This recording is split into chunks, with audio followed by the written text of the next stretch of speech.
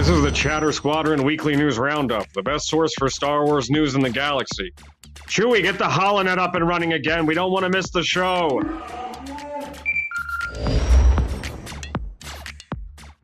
I've been getting into this one band. Have you heard of them? Blood Lab Saturday. They have a new album. It's called Thumbtacks, Yarn, and Pictures of Fudge. Hello, everybody, and welcome back to Chatter Squadron, your weekly dose of Star Wars fun and positivity. My name is Tyler Bucks. And my name is Mike Calhoun. Yes, it is.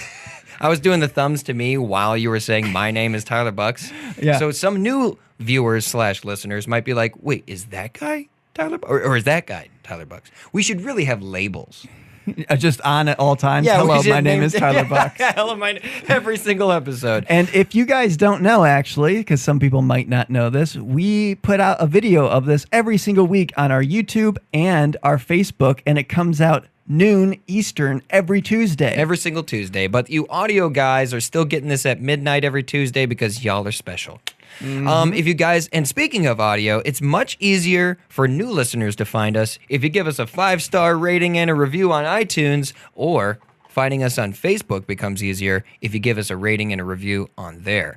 And not just because it helps us, but it helps you. You can become the tiny king / queen of the tiny chair of tiny victories, which Tyler is displaying right now. He's oh, okay. He was dusting it off for a moment, but then he was abusing it. Regardless, For the visual people, they know what's going on. give us a rating and a review, and you can find that rating and review on the chair, and we'll read it at the top of the show. Heyo. So you can find us on Twitter, you can find us on Instagram, you can find us on Facebook, the YouTube, everywhere. Follow us, talk to us, tell us what you want us to talk about, except the things we don't want to talk about. But today, we're not talking so much news as we are talking theory, because it's summertime and the living's easy. And a lot of people are throwing their theories out on the interwebs. Everywhere I look, there's a theory for what's going on. Everywhere? Yes, it's Even behind crazy. the camera lens? Yes, even over there. Oh, man. Theories for the Rise of Skywalker. What is it going to be? What's going to happen? And, you know, theorizing is fun. And that's what we're going to be doing this episode. We're going to be covering, basically, I've been racking my brain trying to figure out what's going to happen in the Rise of Skywalker, and not just what's going to happen, you know, decided by me, Right. but what's going to happen maybe decided by history and decided by stuff that I can point at and say, look, we've already seen this and we've known about it for a while. So I'm going to kind of cover that JJ has probably planned a lot of this for a while when it comes to TROS, as people have been calling it. I do like that name. Things that we've seen in the past or heard in the past that we've already seen come up. So with that knowledge, being able to maybe expect some things. I mean, we've already seen so much. We've seen things without context. And when we get The Rise of Skywalker finally in December, we're Right. going to have all that context. And really, the first thing I'm probably going to do is watch Force Awakens and The Last Jedi almost immediately. And then we're going to get to some of your listeners, and your listeners. Yeah, we have a left-right split. The left ear people get me, and the right people get you. Yeah, exactly. We're always right, and you know. Oh, okay. God. We're gonna go over what some of the listeners' theories are, and then what our theories might be. And then, of course, this week in Star Wars history, but that comes later. Before that, we need to dive into the history that's kind of in the art New and trilogy. Yeah, oh, exactly. the art. The art, and I'll get to that in a second. You know, the internet, it's been going crazy for the Rise of Skywalker, especially since Celebration. That's been our biggest glimpse of it, and then of course the Vanity Fair. When we heard that signature laugh of Emperor Palpatine, we knew something major was going to happen. Oh yeah. But a lot of people, they were saying their concerns. Maybe this edition was because they're trying to make up for The Last Jedi. So what can we do? We'll pull in a fan favorite like the Emperor. Or people have been saying they're desperate for more characters. You know, Snoke didn't turn out well, so they need to get a new character. Or, you know, anything, like even Lando. Oh, they're just trying to inject something into the movie. This is what people are actually saying. Huh. But that's been popping up left and right. But we're going to look at the sequel get to know a little bit about the sequel trilogy through this episode and try to find the truth hidden in the past. So what that kind of means is things we've already seen in the Rise of Skywalker being pictures and the trailer and that little Vanity Fair thing, and then even the poster. Yeah. So let's dive into it. If you guys remember the poster from the Rise of Skywalker that was leaked, that everyone was saying, "Oh, this isn't true," or "It is true," or whatever else it might can't be true. Look, C-3PO's covered in weapons. Exactly. But so many things have, and that was before the trailer even came out, and so many things that were in that came up in the trailer, and since then even more details that we didn't know about. Right. So we see like that red stormtroopers. We haven't seen much of that in the past before, but we saw Kylo's cracked helmet filled in with red on that poster, and then in the first teaser we see that happening. We see it already, and then we're already getting glimpses of it as we speak right now. But something in that poster were triangle winged TIE fighters. Yes. They were kind of smaller looking almost, but they had triangle wings.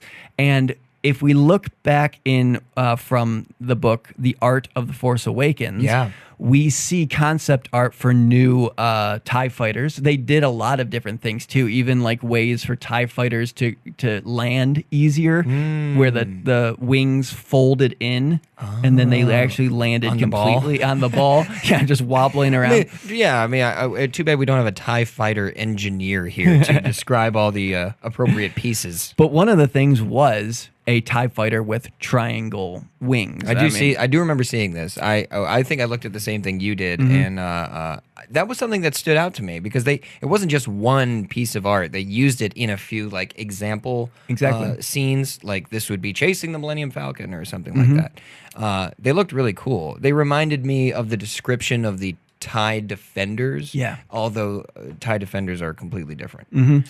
Also in the Art of the Force Awakens, we see the Death Star underwater, which is a huge giveaway to, hey, maybe some ideas that have been going on for a while are going to be coming into play during this movie. And let me stop at this point and kind of explain J.J. Abrams.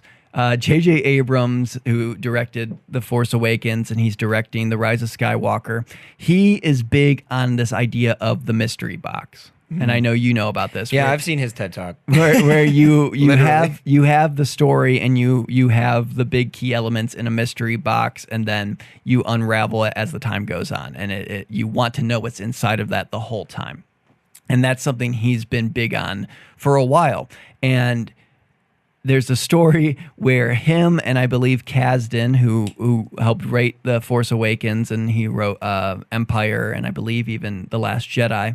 And his son wrote Solo. I think he helped co-write that. Right. So they sat down in a crowded bar and went over what The Force Awakens was going to be. There were so many ideas going around. There was so much stuff happening. And they were running with an idea, if I remember correctly, for a little while.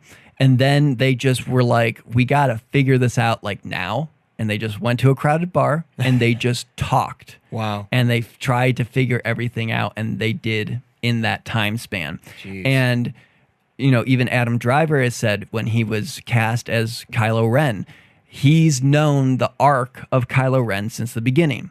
So kind of with these ideas, and that was the thing, when Kasdan and JJ sat down and did this like structure, it wasn't just a structure for The Force Awakens. They were putting things into motion for the last episode as well. You know what I mean? Yeah. They have to say, okay, here's the characters, here's what's kind of going on in the universe, here's the story that's happening, and here's how it ends. A lot of writers have to do that. You read a lot. I've read a few screenwriting books, and in it they say you can't truly know what pathway your characters are going to take without knowing where they're going to end up. Exactly. So you have to have the ending in mind, at the very least. So it only makes sense that JJ would have projected what's going to happen and then formed his new characters after that. And that's sort of what I mean when it comes to this is JJ, he's kind of had to put these things in motion. I think we're very lucky that he is directing this final installment, because he's going to be able to take that vision and see it to fruition. And so when we're looking through the lens of these things, you have to realize they were throwing around all these ideas at the beginning stages. So there was a bunch of this concept art. There was a bunch of this stuff that they were working with that didn't even touch The Force Awakens. Jakku, they were running with for a while, was kind of like this, not swampy, but like water-laden land where everything was kind of crashed and underwater almost. And, AT-ATs were standing and they had like vines growing off of them. And, it was that type of idea that they were running with. And then they made it a desert, So there was that type of stuff. Jakku was also, you said it, it was supposed to be like a swamp. Right. It was gross too. The concept art for Rey looked like because you would be the product of your environment, she looked completely different. She looked like, it looked more like what they used, what they made Corellia into. Kind of swampy. And sewagey and industrial. And I'm glad that Jakku was like, it's not industrial, but it was like run down and stuff. Right. But it was still a desert. But then, so we're going to talk a little bit in a second about some stuff in the right. Oh my gosh, all of them start with the. That's The Force thing. Awakens is The Last Jedi. We're going to talk a little bit about their art too, but The Last Jedi's art was very specific. I agree. When you look at the art for The Last Jedi, it's all pretty much in there because they weren't working with all these ideas at the beginning. Sure. It was like, here's what we're doing. Now draw it up. That looks great. And we're going to shoot it. So there's not many things in there, but there are a couple things we can pack. I will say that the Force Awakens a concept art book is much more fun to look at simply because there are things you haven't ever seen before. Right. But there is one particular thing that we're going to discuss that appeared in the Last Jedi book that we will get to in a moment. Exactly. Huge. And I'm surprised not many people are talking about it. And it has to do with the afterlife, but we'll get to that in a second. So with all that being said, the Death Star being underwater was something that when people saw the Rise of Skywalker teaser, they were like, the Death Star and the Emperor's laugh, and that's like so crazy. How, what? I mean, that was me. We were there at Celebration watching it live, and I was like, what the heck? Yeah. I couldn't stop saying that. And it was because it just kind of came out of left field until I was able to unpack it and be like, wait a second. There was art of the Death Star being underwater to the point where you see someone in scuba gear swimming past big ion cannons of the Death Star, and then even somebody swimming into the Emperor's chamber. You see the seat. You see the big round window. You see the Emperor's, palace, basically, in the Death Star. And what better way for the Emperor to be encapsulated than there? And we'll get to how the Emperor may appear in a second. Also, when it comes to that, like more downed debris and everything, we see a downed Star Destroyer in a field. Something that's interesting to me about that is just what it kind of looked like. We talked about Jakku's original design and how it was swampy and all over, sludged and everything's overgrown. But this downed Star Destroyer was almost serene. I don't know if you saw it. I think I did. It was a field, right? And then you had the downed Star Destroyer. And then you had like a farmer with like some type of, alien cattle with him. And they were just, standing there in the field, and this Star Destroyer was sitting there. And it didn't look like a swamp. It didn't look all overgrown, and the nature has taken it back like all the other ones. And also in the book itself, it was different from Jakku. It was further to the side, which makes me think that maybe this down Star Destroyer, if we're basing things off of the concept art of The Force Awakens, is in the same field that we see Rey and Poe and Finn and the droids. the droids droids there too, walking up and seeing the Death Star in the water. What if they are on it? I mean, honestly, it's either Yavin or Endor. I would actually lean towards Yavin, Right. because it's a larger planetary body for these things to fall onto, and whether that piece of art was for Yavin specifically or not, I see no reason for JJ or anyone's executive decision to be, I want to see a Star Destroyer in a field, in an open field like this. Obviously, we would have some sort of debris from old Empire battles. Right. I still want to see those things. Because what an interesting trail of breadcrumbs to get to the down Death Star. Sure. Than all of this Imperial debris that they're walking through this field or flying on a speeder or whatever, and it's like a throwback to Jakku, where where you see Rey flying alone on her speeder past all this wreckage, and she's alone in this barren wasteland, and now we see her flying on a speeder headed towards the Death Star, but now she has all of her friends, and now it's lush, and I didn't know there was this much green in all of the galaxy. And you see that juxtaposition of this is her then, here she is now. She has a purpose. She has a meaning. She's going somewhere. Right. And she's facing something bigger, which is the Emperor or whatever it might be that's leading them to the Death Star. But this is very poetic, and I want to draw another comparison. This is why I don't want to know who her parents are, and this is why we won't find out who her parents are, because they're writing a story for Rey that she will look back on, and whether she says it directly or not, she's not going to say it directly, but she has found a family. Yeah. She was looking for a family all her life. All she wanted was for her family to come back. She needed to be on Jakku so her family could find her. She has found her family, and that's a great idea for a shot, and I'm pretty sure that we're going to get it. We're going to get this wide speeder going across, and we in the background we have some sort of Star Destroyer, but it's this lush green. What a beautiful image. You could blend them together, and maybe we'll get the same shot. It will be something that someone will edit together months and months after the fact and be like, "Did you guys notice? Did you get this diptych that they have painted for us?" So kind of getting to something that's a little more fun and concrete. When Snoke is giving his first big monologue to Kylo in The Force Awakens, during that speech, he lays out the titles for the new trilogy, which is included in the first Force Awakens trailer. Exactly. This little speech. Right. Or at least part of it. Yes. Which is, there's been an awakening, The Force Awakens. It's going through, he's talking about how if they find this map, they'll be able to go to find Luke, leading them to the Last Jedi.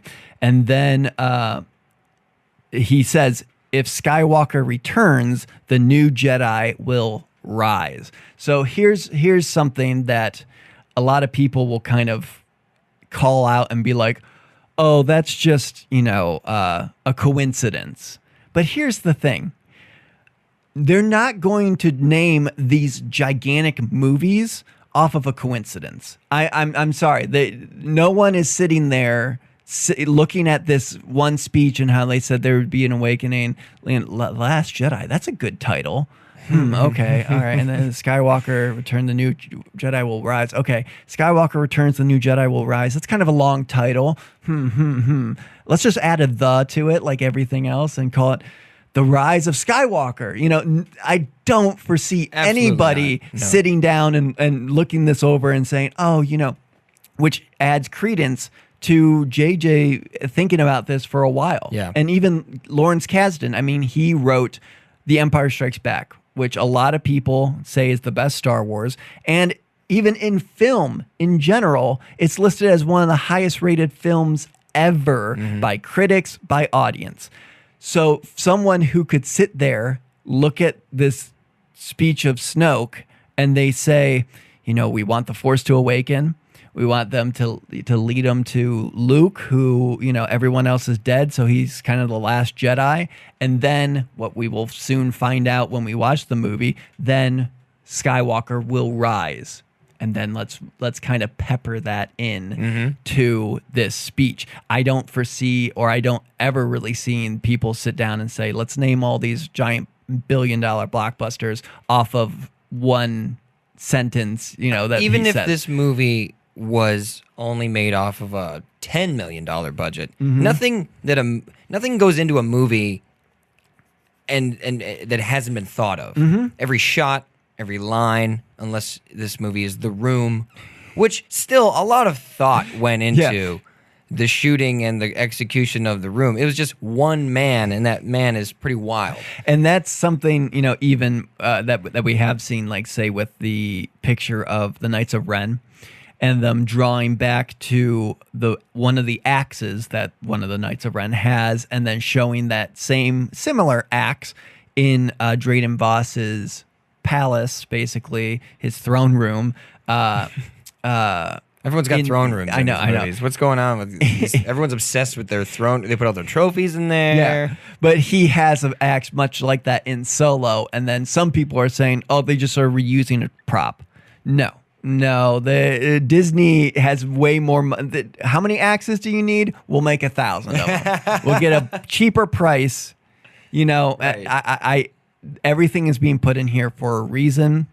And that's just my opinion, though. Things we may be able to expect in The Rise of Skywalker. Yes, Kevin. No, I was just agreeing with you on that point. It's just silly to think that there's any sort of coincidence in a huge production. Right.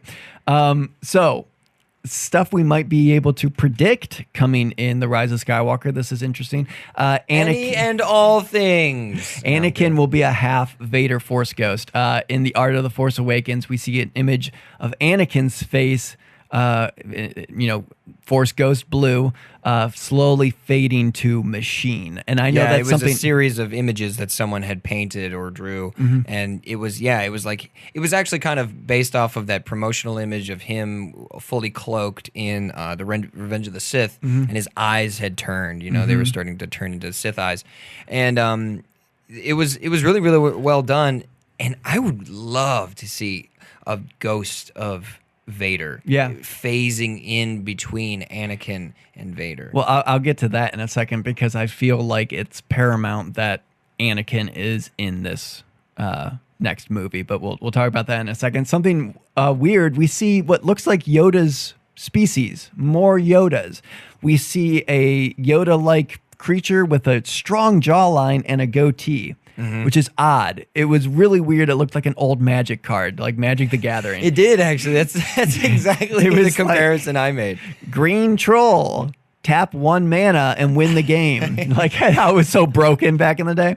But no, so you see that, and then you also see other art renders of different Yodas, like one even looking a little younger, not as wrinkled, wearing like a backpack and that type of thing. I was really wondering where they were going with that art, with those pieces. So my kind of thought is we're seeing just a bunch of different planets already phasing in and out, that maybe it is on that lush green world we've seen, or that random like where whatever Bliss, the new character.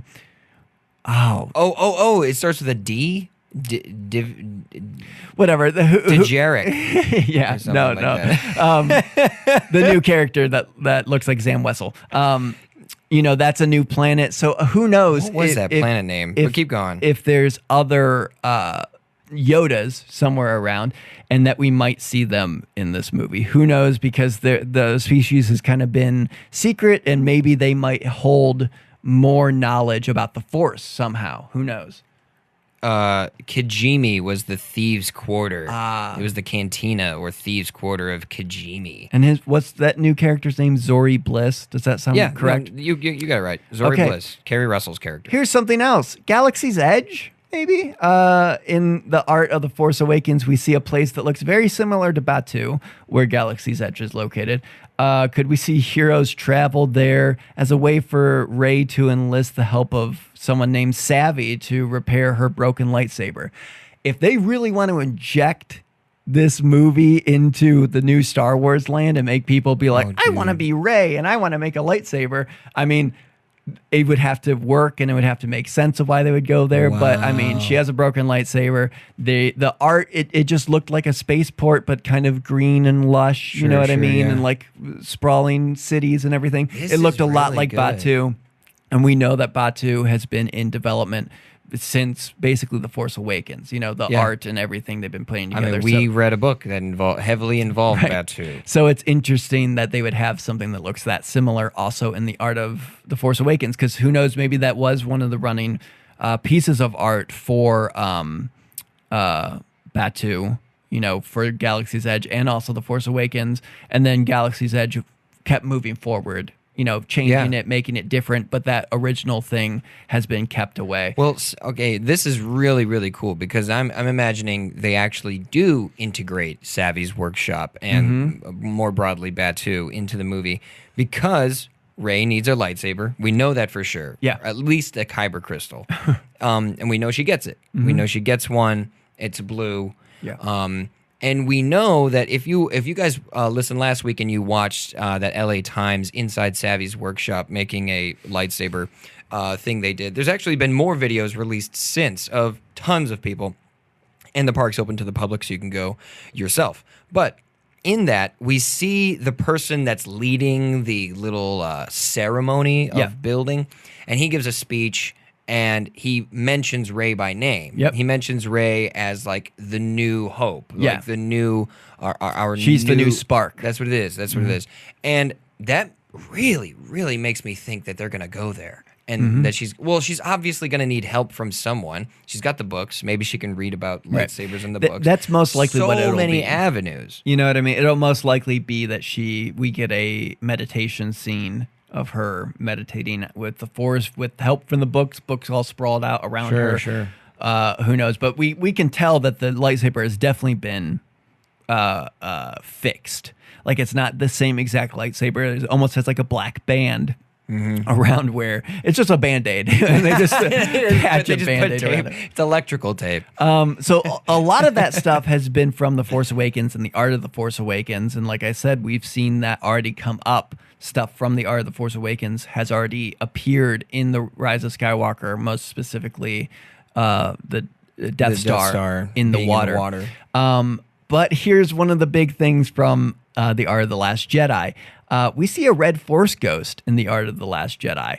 I don't know why we haven't been talking about this for a while, but we see the image itself is just awesome. We see an image of Luke alone in a hut, most likely Octu, pretty obvious, with a red hazy apparition behind him, possibly confirming that red Sith ghosts can exist and would be red.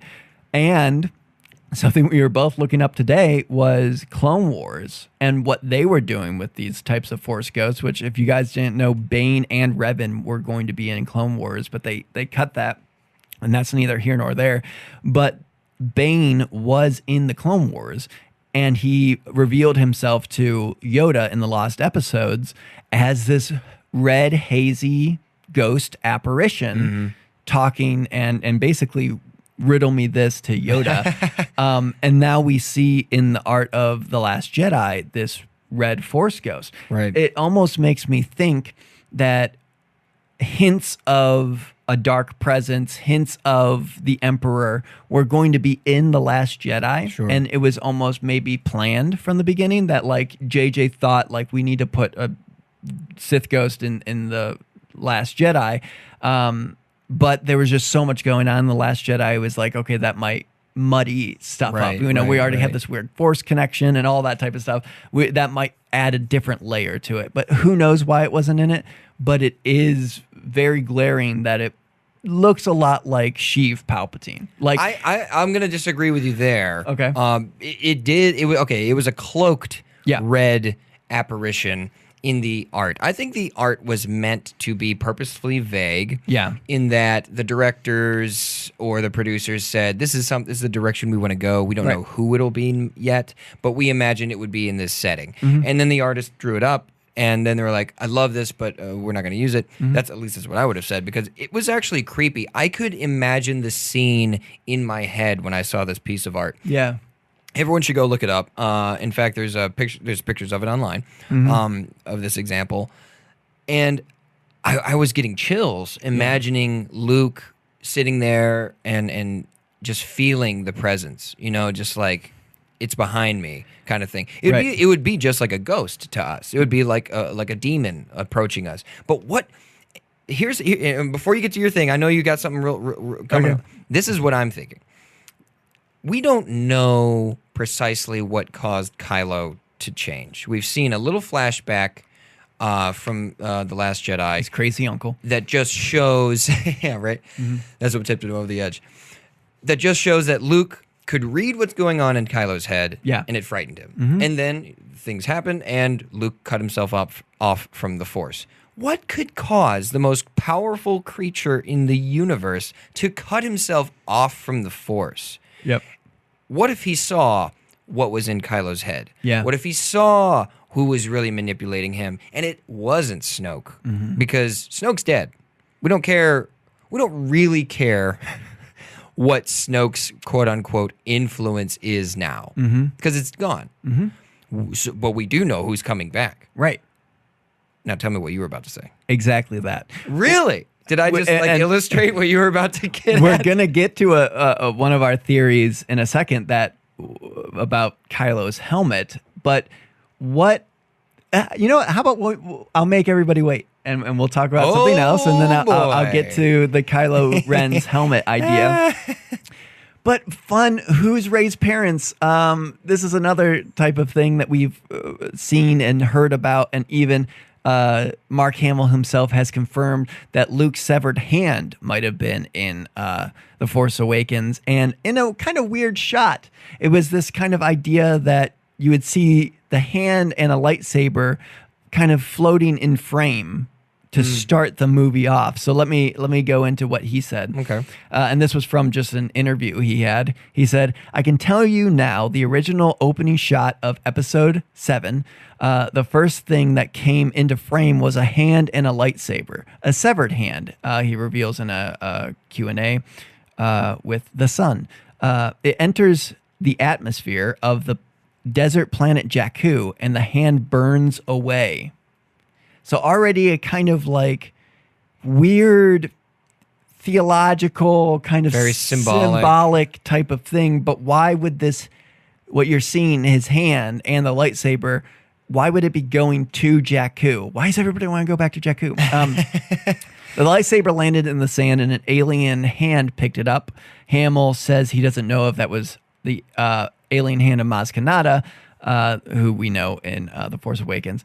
Then the movie proceeds as you see it, presumably meaning we'd cut from the alien hand to a Star Destroyer above Jakku as stormtroopers depart.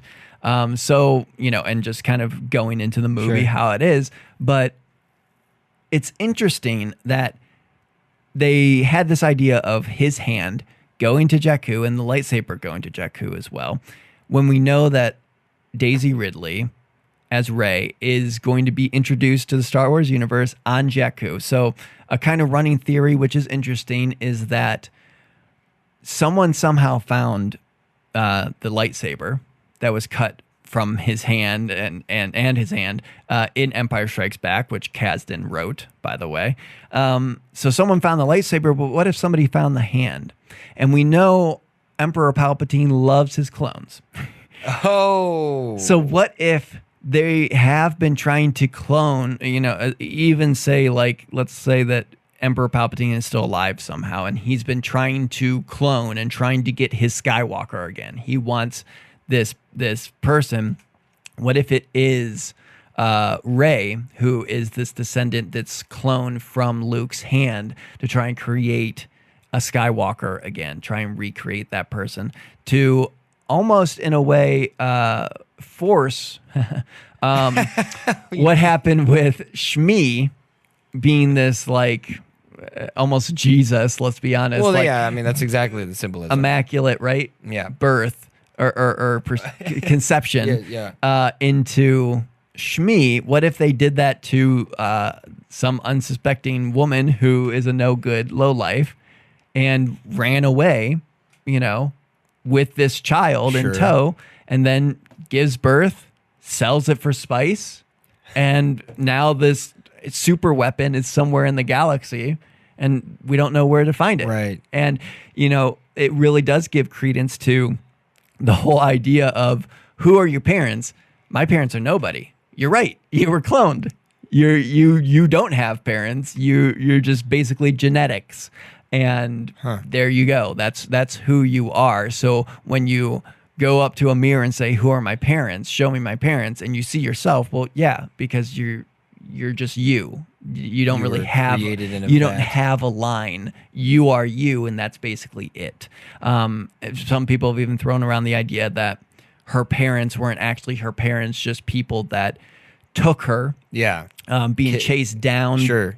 And almost like Logan, the movie, where this nurse takes this creature. Exactly the example I was thinking of. Right, and in order to get rid of her and protect her, they had to get to Canada to drop her. Yeah, exactly. But to drop Rey off wherever they could, and there you go. And a big issue that's kind of happening. I'm sorry. I'll let you go in a second. A big issue that's happening is a lot of people saying, "What if Kylo is lying? What if Kylo is lying about your parents are nobody?" You know what I mean? But he's not the one who says that. Rey says it. He says, "You know the truth. You know where you come from." And she says, "My parents were nobody." And then he gives the story. Yeah. You're right. They sold you for spice. They're in an unmarked grave on Jakku. Right. He gives that story, but she knows that her parents are nobody. So we know that he couldn't have been lying about that, but he could be lying about where her parents are, why they got rid of her. He could have tracked her this whole time. There is that whole scene in The Force Awakens where they say, the droid is with a girl, and he says, "What girl?" I've been looking for a girl for a while. I'm Zuko trying to find the Avatar because Snoke told me to do it. Yeah, and because so funny, what if it was that similar thing of like, wait a second, you saw a bald guy. Find the Avatar. Wait, where's these special plans? They're with a droid, and someone saw him with some bald-headed kid with an arrow on his head. Wait, what? Bald-headed kid with an arrow on his head? I can't tell you who that is, but I'm looking for him. But that's that's so funny. But so that's that idea, and kind of with everything else I've talked about, I'm trying to give concrete. I'm trying to give a reason for that, a foundation for that theory. Yeah, okay. It's not the theory I would go with. We'll get to that in a second. Sure. So there is this heavy theory that Rey could be a creation, or an Anakin-esque creation of the Force, wherever she may have come from. Now that's interesting. I'm hesitant to use the word and concept of clone because of its stigma. Yeah, but I'm not against it entirely. This is tough to really say what I want to give more credence to as opposed to other things. Mm-hmm. I feel like that might be a lot to introduce in a whole film. Yeah. Some people are saying it'll be 3 hours. Oh man! I mean, even if it was 2.5, that's long. That's a long movie. Is The Last Jedi the longest one right now? Yep. It's so long. but the Revenge of the Sith feels longer. I don't know what I'm going to say. I have nothing. I'm awestruck by these. But I will say that clones, if they never say the word clone, it'll make me feel better somehow. Isn't that weird? Isn't that strange? Like if they were to reveal some fashion of this, like the hand, some sort of reproduction process, or Rey is being taken away by possibly Zori Bliss. Right. That's another, which we suspect the shot of the ship flying away is the same ship that's in the TROS trailer. It's almost certain, in my opinion. You just look at them, with your own eyes. The pixels line up. So I think there's strength for that. There's strength in that Zori Bliss is connected to Rey's fate, past and present. Absolutely. Right. What's your next? What do you have to say here? So here's a theory that we talked about over probably some sushi one night, you and I. Kylo's helmet is a cage. That's a theory yes. of ours.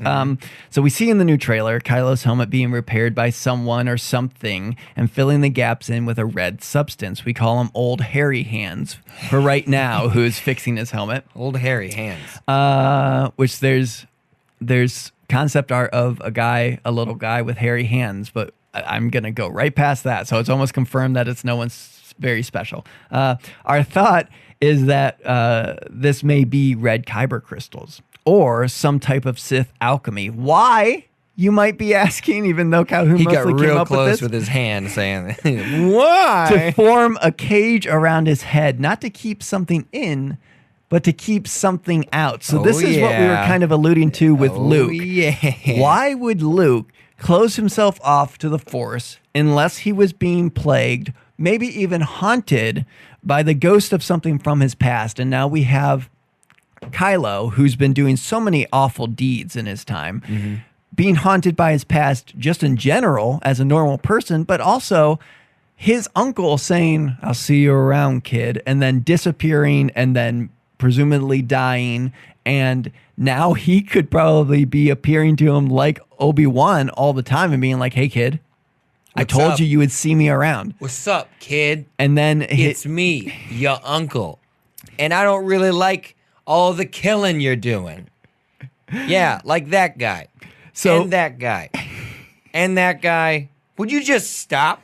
So we could see Luke, we could see Obi-Wan, we could see Yoda, we could see Snoke, we could see Anakin, we could see Emperor Palpatine popping up to Kylo, this last beacon of hope for the dark side, stuff consistently popping up with him all the time. Everywhere he looks, they are there. No matter what he does, he always sees them unless he's able to cut off his connection with the Force, almost like Magneto in a way. I was thinking that same thing. It was just protecting himself from Professor X. Exactly. With that helmet. He was like, "This is to keep you out, James," or what his name's not Charles. Charles. It also makes me forget people's names. This is this is the forgetting names helmet. Isn't that right? Hold on, let me change. Don't do anything in between. Okay. Isn't that right, Mystique? Sorry. Mosquito.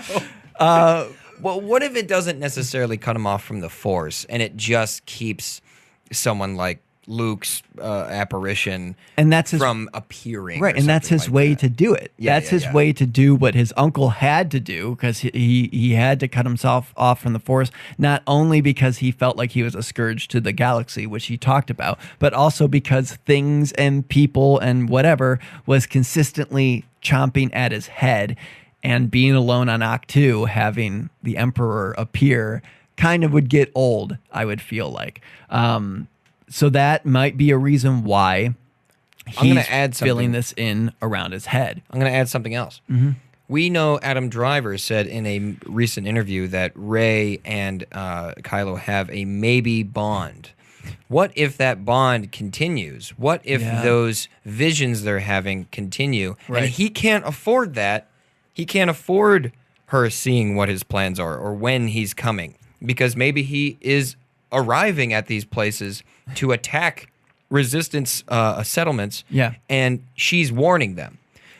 And he needs to hide his plans from her, and vice versa. But she doesn't have she doesn't care. She'd rather have more information. So there it is again. Is he blocking himself from these visions? That would be an amazing way to bring that concept to life, is him and Rey having this connection, her seeing something and them reacting to each other, and then him immediately putting the helmet on. Yeah. And now she's like, dang it. Yeah. Well, they're by the woods, so let's get the heck out of here, or something like that. That's a great storytelling technique as well. And that, that peppers into your head, and then he takes off his helmet. He's talking to some lower level person in the First Order and whatever, and then you see from his point of view talking to him, someone appear from behind him, the person that wasn't there before, and then he grabs the helmet and puts it on, and then you start to be like, oh, what is happening? And then that escalates as time goes on, and being haunted by these ghosts. We were talking about. I love this idea. It's really poetic, and especially because Snoke tells him to take that ridiculous thing off. He destroys it, right? Yeah. He didn't want to destroy his helmet, but his anger did with Snoke. Snoke is now gone. He is repairing what he broke and trying to put it back together and become who he wanted to become at the beginning. And I have a feeling he had that helmet for quite some time. And I think I've said this before. The reason why I really like not knowing much about Snoke is that I like to imagine that Kylo had an identity before Snoke showed up. And Kylo's need to learn more about the Force and need to become more powerful. He sees Snoke as an opportunity, but he didn't know what he was signing up for. Exactly. And then when he finally got his opportunity and eventually beat Snoke, we see that. We see him finally succeed. We see a Sith apprentice succeed finally. Right. Or, he's not a Sith, but you get my point. Right. A master apprentice sort of rule of two. Rule of two overruled. Mm-hmm. I like to imagine that he was using this look while he was leading the Knights of Ren. I think most of what the Knights of Ren are and what they have is Sith artifacts. Or artifacts from the past. Like I said, that Mandalorian axe. Now he has a Mandalorian axe. That's his thing. It's an artifact, basically.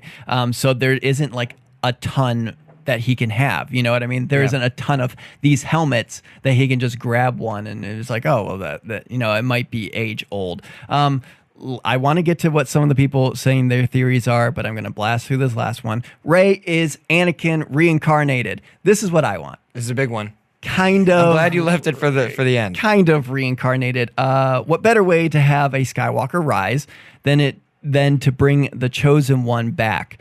Something we heard at the beginning of the new trilogy from Kylo is talking to his grandfather's charred helmet, saying, I will finish what you started. Since the beginning, we have been feeling the ripple effect of Anakin in the galaxy.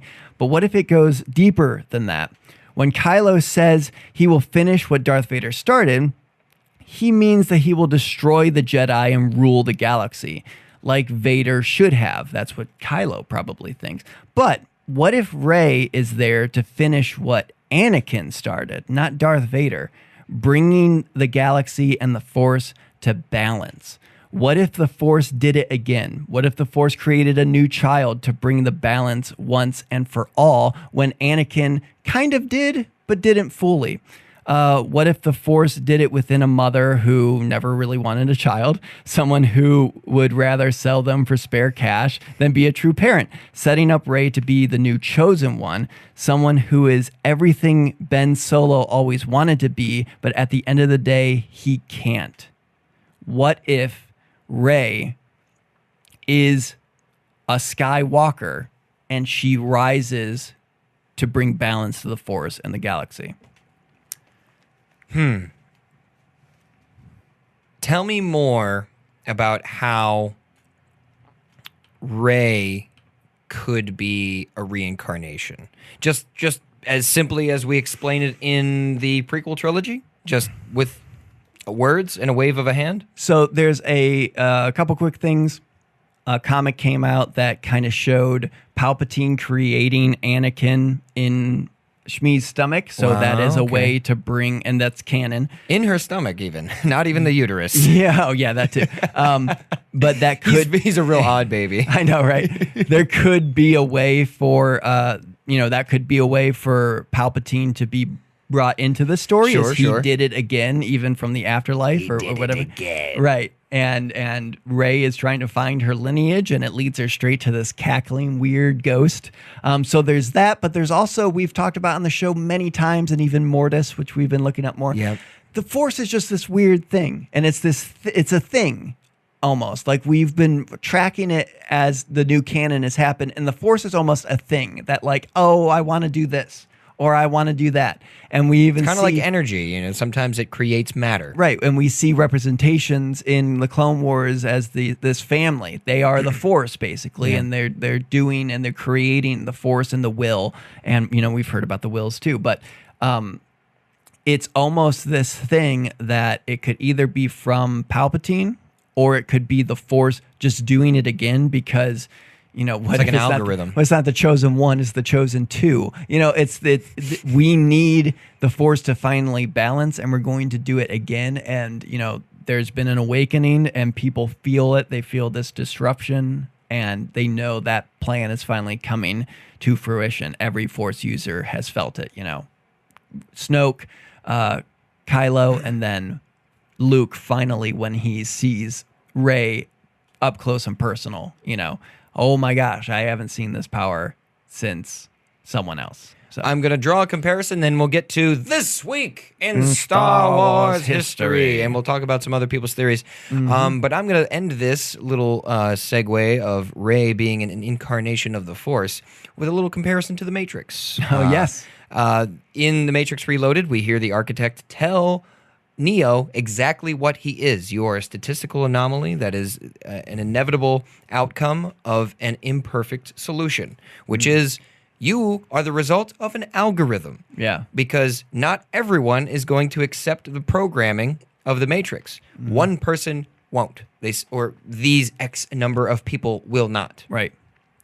That's maybe that's the way that the Force views the universe. Balance needs to be made in order to achieve balance.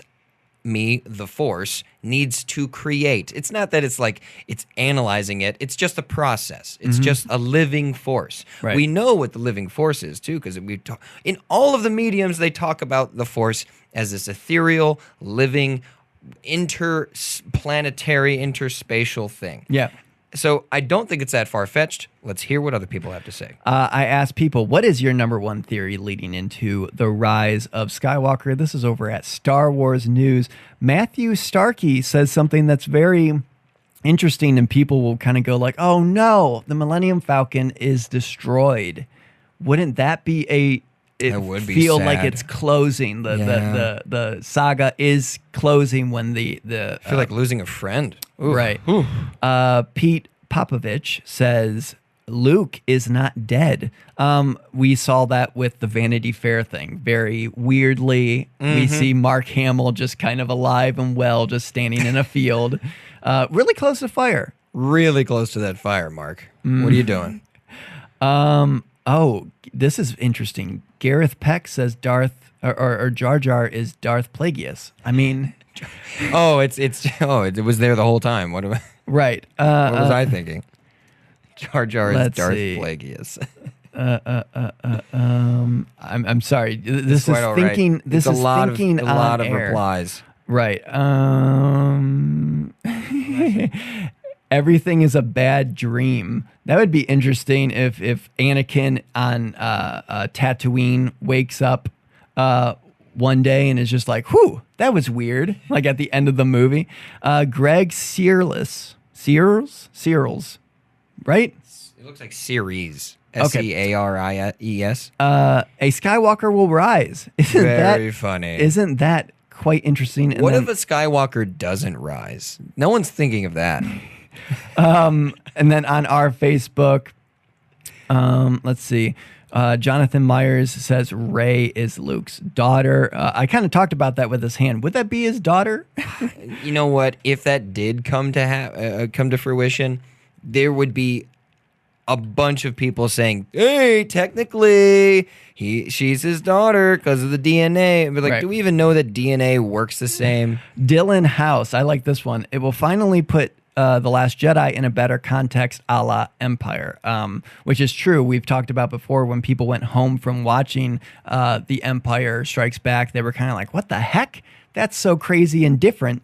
And it wasn't until watching all three together, and even then people loved it, but watching all three together really kind of put Empire into context and be like, oh, this makes complete sense. And that goes back, and it also connects to what you were saying earlier with the everything being a plan, everything being planned. Of course, we'll see The Last Jedi fit right in. And also, Dylan House is a good friend of ours. Hey, what's up, Dylan? Tim Porobsky is saying that it'll end with credits. Oh, goodness. One of those. And then Corey Day, I do like this one, and then we'll do This Week in Star Wars History. Kylo has an epiphany like Jason Solo did and defeats the Empire's Force Ghost essence, but kills kills him like it did Vader. So in doing that, he sacrifices himself. Then everyone goes ape because that's what happened in Jedi, and forgets Jason did the same thing in the EU. And he's saying that, you know, Star Wars, even in Legends, has this cycling and it has this pattern. And, you know, you could kind of say, oh, that's what Anakin did in Return of the Jedi.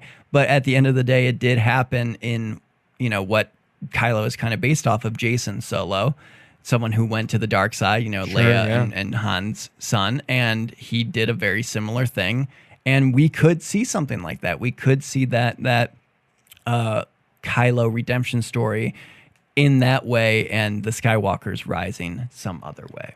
I'm thinking it's possible we can get a redemption story, but it won't be satisfying to those that want to see Ben joining the Resistance and putting on a really cool Jedi robes. You know, definitely not a visual we're going to get. If we get any sort of Ben-demption kind of arc, it will be... Wait, you're laughing at the kid? Did you come up with Ben-demption right now? No. No? Okay. I was like, wow, that's good. I spend a lot of time on Twitter, on our Twitter. No, Ben-demption is a thing that's going... That is a hashtag for sure. That's so good. If we see that, it will not be as satisfying as you want it to be, for sure. And then just quickly before we do history... You better hurry up. I know, Tattooine Sons, a good friend of ours, have said something interesting about how we don't know where Shmi came from. Absolutely. There's Skywalker somehow came from somewhere, so that might kind of fall, because that is a loose cannon. That is a wild card. That where did Shmi Skywalker come from, and what did their whole family lineage kind of mean? How fortunate of her to have the name Skywalker. And they talked about, spoiler alert for Thrawn Alliances, the Chiss children being called Skywalkers. So it's already ironic. They're already pushing this, hey, other Skywalkers are here, and we've had this kind of wild card for a while being Shmi Skywalker. So I would go listen to them, because the Tattooine Sons, because they talk about this type of stuff a lot. And hopefully, if you guys are listening right now, I've convinced you of all this stuff that I've been saying. Every single theory now, I think, is true. All right, this week in Star Wars history, starting with June 3rd, 2006. Hayden Christensen wins Best Villain at the MTV Movie Awards. During the broadcast, Gnarls Barkley performs the smash hit Crazy in full Star Wars regalia.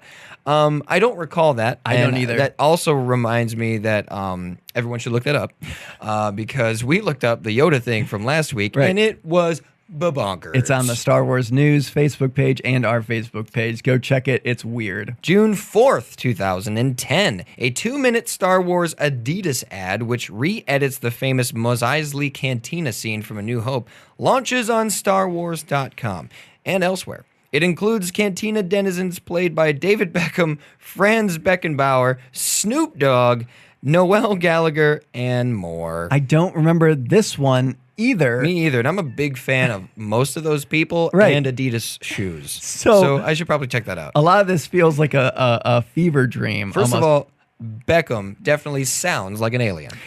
June 7th, 1977, Kenner Productions announces a deal with 20th Century Fox and Star Wars to produce Star Wars toys, games, crafts, and related items. The news is reported the following day in the trades, which probably blew up big time, because Surely.